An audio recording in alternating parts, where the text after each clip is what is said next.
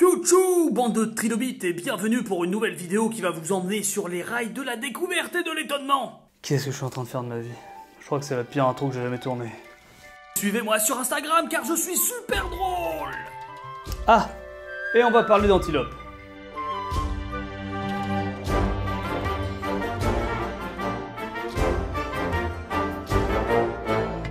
Vous les connaissez forcément, des mammifères de taille moyenne, plutôt élancés, spécialisés dans la vitesse, les cornes élaborées et les crinières fières comme cette hippotrague noire par exemple.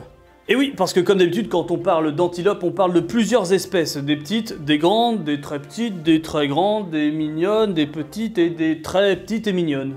Comme par exemple le dik-dik, qui a un nom très drôle, surtout si on parle un petit peu anglais, mais qui a surtout l'air d'une peluche vivante avec ses grands yeux, ses longs cils et son petit museau. Et encore plus mignon parce qu'il fait partie des plus petites antilopes et mesure seulement entre 30 et 40 cm de haut pour un poids moyen de 4 kg. Alors voilà, quand c'est pour faire des sur des chats ou des loutres, il y a du monde, mais quand c'est pour le dik-dik, il n'y a plus personne, hein. Alors que regardez.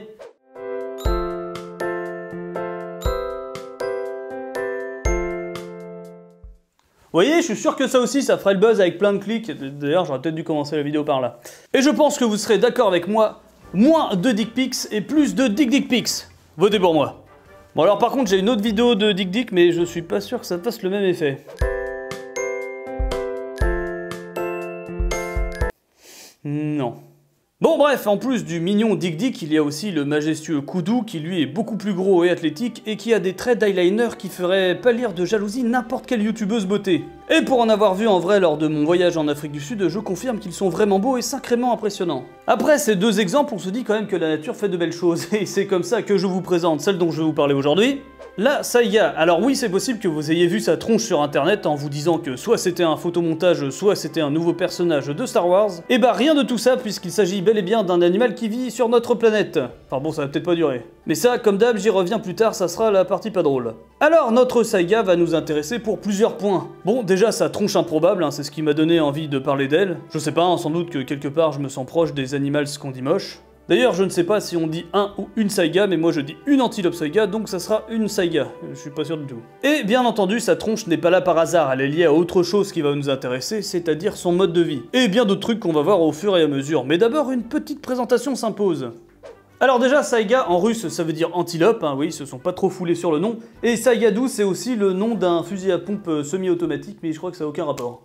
C'est une antilope de taille moyenne puisque adulte elle va mesurer entre 1,50 m et 1,70 m de haut pour un poids compris entre 20 et 50 kg.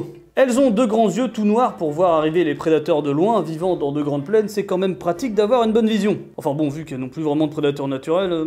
Les mâles possèdent une paire de cornes qui peuvent atteindre jusqu'à 30 cm et qui indiquent en gros l'âge de l'individu. Plus elles sont longues, plus l'individu est âgé. Comme toutes les antilopes, elles sont herbivores avec une préférence pour les jeunes pousses bien tendres et les plantes salifères. Et comme toutes les antilopes, ce sont des sprinteuses hors pair qui peuvent piquer des pointes de vitesse entre 80 et 100 km/h. Ce qui est impressionnant quand même, un 100 km/h, mais en fait, c'est plutôt habituel pour ce genre de bestiole.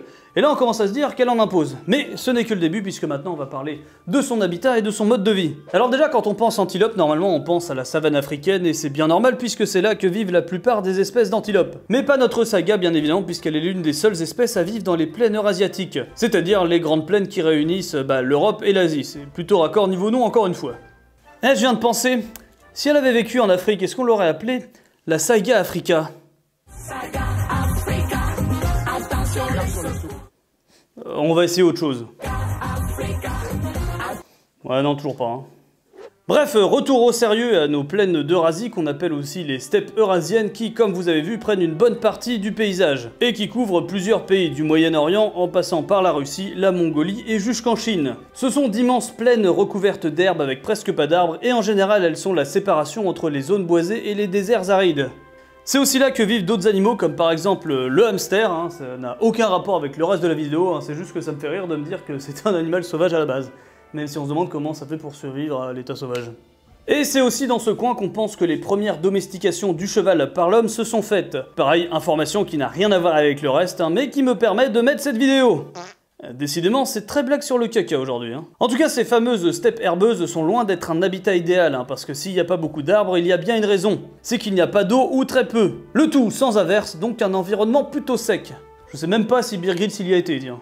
Et pourtant, malgré ça, pas mal d'animaux s'y sont adaptés, hein, dont évidemment notre antilope du turfu, qui déjà va arborer 2 robes suivant les saisons. Donc du beige à poil court pour l'été, et du pelage blanc plus long pour l'hiver, qui lui donne un certain swag. Bon, c'est déjà pas mal, mais c'est le cas de beaucoup d'animaux ça. Par contre, là où elle est balèze, c'est que c'est un animal migrateur. Alors non, ça veut pas dire qu'elles ne se grattent qu'à moitié, mais plutôt qu'elles vont être constamment en mouvement pour chercher là où les pousses d'herbe seront les plus tendres. Et ça, bah, suivant les saisons, ça va changer, hein, d'où le fait de devoir migrer sur plusieurs endroits. Et oui, vu la taille de leur territoire, les saisons fluctuent énormément, et donc il faut bouger pour trouver de nouvelles ressources.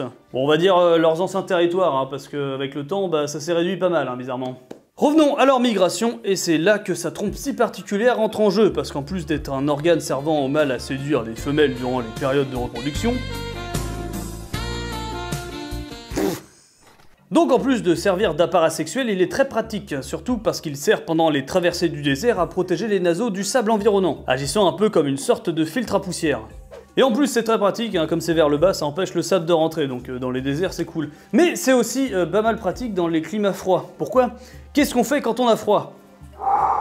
Voilà, donc c'est pour réchauffer l'air avant de l'inspirer, et se réchauffer les mains. Et bah le nez de la saiga c'est un peu comme ça aussi, ça sert à réchauffer l'air avant de l'inspirer, mais pas les mains. Donc on a là un animal avec un organe plutôt original qui lui sert à supporter les climats extrêmes aussi bien dans le chaud comme dans le froid. Alors oui, on peut trouver ça moche, mais il faut bien avouer encore une fois que la nature fait bien les choses quand même. Plutôt balèze, hein, ce qui explique peut-être le prochain point que je vais aborder.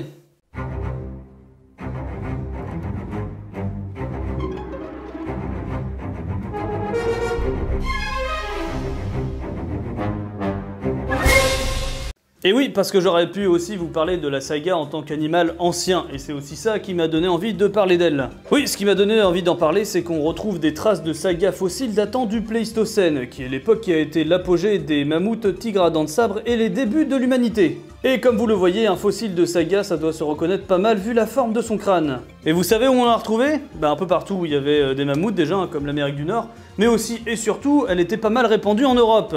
Dont la France, où comme je l'ai dit, on a trouvé pas mal d'ossements. Tellement d'ailleurs qu'on appelle ça carrément des épisodes à saiga. Mais aussi plus étonnant, on a retrouvé des peintures et gravures faites par nos lointains ancêtres sur les parois des grottes dans lesquelles ils vivaient. Ce qu'on appelle d'ailleurs de l'art pariétal. Des peintures datant du Paléolithique qu'on peut voir par exemple dans la grotte Cosquer dans les Bouches-du-Rhône ou dans la grotte du Colombier en Ardèche. Alors oui, il faut un petit peu d'imagination, hein, mais il y a de grandes chances que ça soit bel et bien une saiga qui soit représentée.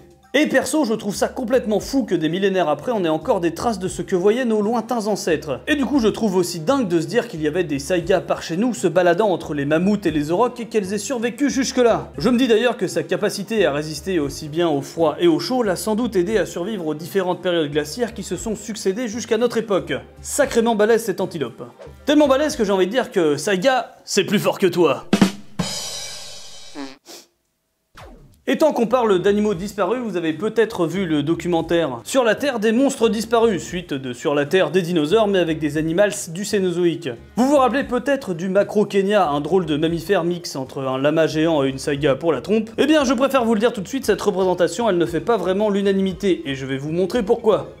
Et en plus, ça me permet un petit point convergence évolutive doublé d'un petit peu d'anatomie comparée. Voilà, un crâne de saiga, un crâne de tapir et un crâne d'éléphant de mer. Bon, j'aurais pu aussi mettre l'éléphant tout court et bien d'autres, mais on va se concentrer sur ces trois-là. Ils ont tous une sorte de mini-trompe, et ça on le voit bien même quand on n'a que le squelette, puisqu'il y a une sorte de large emplacement visible sur l'avant du crâne, où l'on imagine très bien la trompe et les muscles qui la composent. Jusque-là, je pense qu'on est d'accord. Sauf que regardez maintenant par rapport au crâne de notre Macrokenia. Et ouais, c'est étrange aussi, mais ça ne ressemble pas vraiment aux autres animaux qui ont cette fameuse trompe. Puisque le trou pour ça n'est pas à l'avant du crâne, mais sur le dessus, et ça, bah, ça veut dire bien d'autres choses.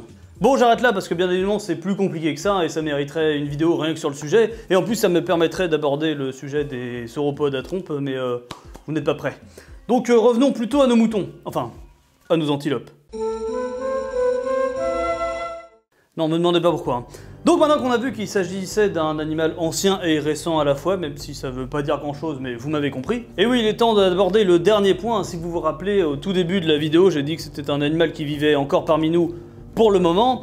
Eh bien, c'est parce que c'est le moment Tintin, le moment Sion-Sion, le moment extinction. Ça va pas être drôle.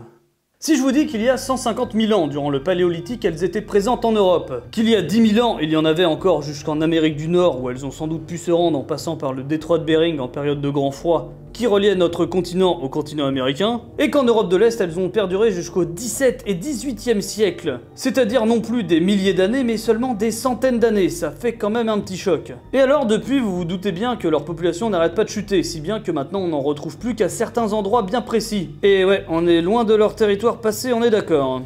Du coup, je vous propose un petit quiz sur les raisons de pourquoi l'antilope saiga est en voie d'extinction. Ça va être super rigolo. Non, toujours pas. Alors, est-ce le classique perte de son habitat naturel au profit de construction et exploitation humaine? Ou alors encore la chasse et le braconnage pour sa viande apparemment réputée? Ou encore la chasse des mâles pour leurs cornes, en sachant petit indice qu'elles vivent à côté d'un pays asiatique? Ou alors c'est à cause d'une épidémie de maladies qui tue régulièrement plus de 80% des antilopes contaminées? Réponse? Tout ça à la fois. Et ouais, alors la perte d'habitat, les routes et les clôtures qui séparent les populations, c'est du classique, celui-là vous l'aviez je pense. Chasse et braconnage aussi, surtout qu'elle vit pas loin de pays pauvres et ou en guerre, donc la moindre source de nourriture est très prisée. Et la pauvreté favorise le braconnage. La chasse pour les cornes, comme j'ai dit, juste à côté de pays asiatiques, donc les cornes des mâles finissent en général en poudre pour se faire grossir la quéquette. Et à 100 € le kilo, c'est-à-dire quasi autant que la corne de rhinocéros, je vous dis pas comment il fait pas bon être un saiga mâle là-bas. Bon d'ailleurs, comme j'ai déjà vu un commentaire là-dessus me disant de ne pas dire le prix pour pas donner des idées aux gens qui tomberaient sur ma vidéo, sincèrement je ne pense pas qu'il y ait de braconniers qui regardent ma vidéo. Et heureusement. Et en plus de toutes ces raisons, même si elles sont graves c'est vrai, eh bien vient s'ajouter la plus meurtrière, la dernière, cette fameuse maladie ultra violente. Puisque depuis quelques années, une maladie qu'on n'a pas encore réussi à identifier clairement, peut-être plusieurs maladies, pour l'instant les soupçons se posent sur la pasteurellose, une maladie infectieuse présente naturellement dans le corps de la saïga. Sauf que quand celle-ci vient à se déclencher, elle décime des milliers d'antilopes en quelques jours, qui à chaque épidémie ont de plus en plus de mal à regonfler leur population. Et ça malgré le fait que les femelles soient fertiles au bout de 8 mois et ont souvent des jumeaux. Mais bon, vu qu'elles manquent de mâles parce qu'ils sont chassés en priorité pour leurs cornes, bien évidemment, ça n'aide pas. Bon après ces images mignonnes, je vais tout casser avec des chiffres, c'est parti. Donc, d'après ces chiffres, en 1950, on en recensait plus de 2 millions. Me demandez pas comment ils faisaient, je ne sais pas. Mais on va partir de ce chiffre, c'est ce que j'ai trouvé de plus ancien. En 1884, on a comptabilisé 100 000 cadavres de saïga, sans doute à cause de cette maladie. 4 ans après, en 1888, c'est 4 fois plus, donc 400 000 saïgas qui sont retrouvées mortes. Encore 4 ans après, en 1992, elles n'étaient déjà plus qu'1 million. Alors, si vous vous dites que les chiffres ne correspondent pas, c'est surtout que là, ça prend en compte que les morts de maladie, donc vous rajoutez les autres causes avec ça, et ça suffit pour être malheureusement réaliste. C'est à partir de 1994 qu'on a commencé à se dire que ça craignait pour elle, et qu'une mobilisation mondiale s'est mise en place pour essayer de la sauvegarder, par exemple en trouvant des alternatives à la chasse. Et est-ce que ça a marché? Oui et non, mais de toute façon, la maladie est toujours là. Malgré les programmes de sauvegarde en 2002, on n'en compte plus que 50 000 individus, ce qui fait qu'elle est passée d'espèce en danger à espèce en danger critique d'extinction, ce qui est le statut juste avant éteint à l'état sauvage. Donc, en moins de 20 ans, on est passé de 1 million à 50 000 saïgas sur toute la planète. Ouh, grosse ambiance. Bon, à partir de là, les populations commencent doucement à remonter grâce au programme de sauvegarde et à des conditions climatiques favorables, jusqu'en 2010 où la maladie refait parler d'elle et emporte 12 000 saïgas en 4 jours. Bon, ça craint, mais il y a eu pire. Après, il n'y a rien eu pendant 5 ans et des bonnes conditions, du coup, les saïgas ont pu se refaire. Un peu jusqu'à une nouvelle épidémie en 2015 qui là, par contre, a été une vraie hécatombe, puisqu'elle aurait emporté pas loin de 200 000 animaux. Alors le bon point, c'est qu'elles avaient réussi à se reproduire assez pour arriver à ce chiffre, qui est plus rassurant que les 50 000 de 2002. Le mauvais point, c'est que ça a été balayé en quelques jours malgré que des scientifiques étaient sur place pour essayer d'empêcher la propagation de l'épidémie. Appelée ici épizootie puisqu'elle ne cible qu'une seule espèce. Et depuis, je sais pas trop, tout ce que j'ai trouvé c'est un truc en janvier 2018, où il y avait une estimation de plus ou moins 165 000 individus, dont la plus grande partie au Kazakhstan, et des hardes de 5 ou 6 000 saïgas en Russie et en Mongolie. Ce qui fait entre 123 et 124 000 individus matures, donc aptes à se reproduire. Bon, par contre, ça indique toujours une population en baisse. Bon, j'aimerais bien finir sur une note un petit peu plus positive, donc on va espérer que les recherches sur cette maladie, les programmes de conservation aident un petit peu l'espèce.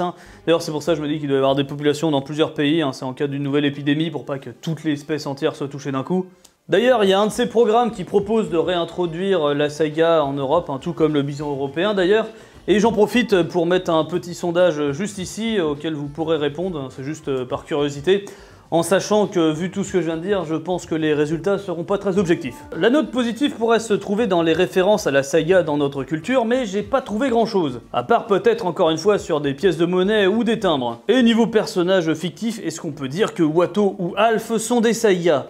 Ouais, non, bon, si vous avez des idées ou des infos plus joyeuses sur notre antilope, n'hésitez pas. Hop, je coupe cette vidéo, alors je suis en plein montage et j'ai bientôt fini, mais il y a une info qui vient de tomber et je la compte comme bonne nouvelle. L'année dernière, en 2019, un garde forestier du Kazakhstan protégeant les Saiga a été tué par des braconniers. La tragédie a ému tout le pays, déjà pour le garde bien évidemment, mais aussi pour les Saiga qui sont un peu l'un des symboles de leur pays comme vous l'avez vu juste avant. Une fresque a carrément été peinte sur un immeuble et les coupables ont été retrouvés et condamnés à perpétuité. Comme quoi, ils déconnent pas avec la protection de ces antilopes. Si vous voulez plus d'infos, il y a Brut qui a fait une petite vidéo dessus, hein, donc comme d'hab, n'hésitez pas à regarder dans la description. N'hésitez pas non plus à partager cette vidéo, hein. Je dis ça parce que quand je partage des trucs un petit peu bizarres pour la Saint-Valentin, j'ai 300 retweets, et quand c'est mes vidéos, c'est pas pareil. Bref, j'espère en tout cas que cette vidéo vous aura plu et que vous aurez appris des choses, hein, même si après les équidnés, je pense que comme moi, ça met un petit coup au moral, hein. C'est pour ça que j'essaie de contrebalancer avec de l'humour, hein, même s'il faut pas oublier, c'est un sujet grave. Et encore une fois, je voulais faire une vidéo courte et au final, j'ai trouvé plein de trucs à dire, hein, mais sachez en tout cas que la saga, c'est un animal dont je voulais parler depuis la création de la chaîne. Du coup, je suis quand même content, maintenant je l'ai fait. Je le redis, mais n'hésitez pas à me suivre sur les réseaux sociaux, hein, comme vous l'avez vu au début de la vidéo, je suis très drôle sur Instagram. Hein. J'adore rire. Sur les autres réseaux, je ne sais pas, hein. En tout cas, je voulais aussi vous remercier puisque j'ai vu qu'on a passé les 75 000 abonnés, et ça fait plaisir. Par contre, je suis en train de me dire que 75 000, ça fait à peine un peu plus que la moitié des Saiga qui restent sur la planète. Et ça fait moins plaisir. À la prochaine. Avec un sujet plus gai, j'espère. Alors j'avais bien une idée d'un autre animal dont je pourrais parler, mais ça va pas être joyeux non plus.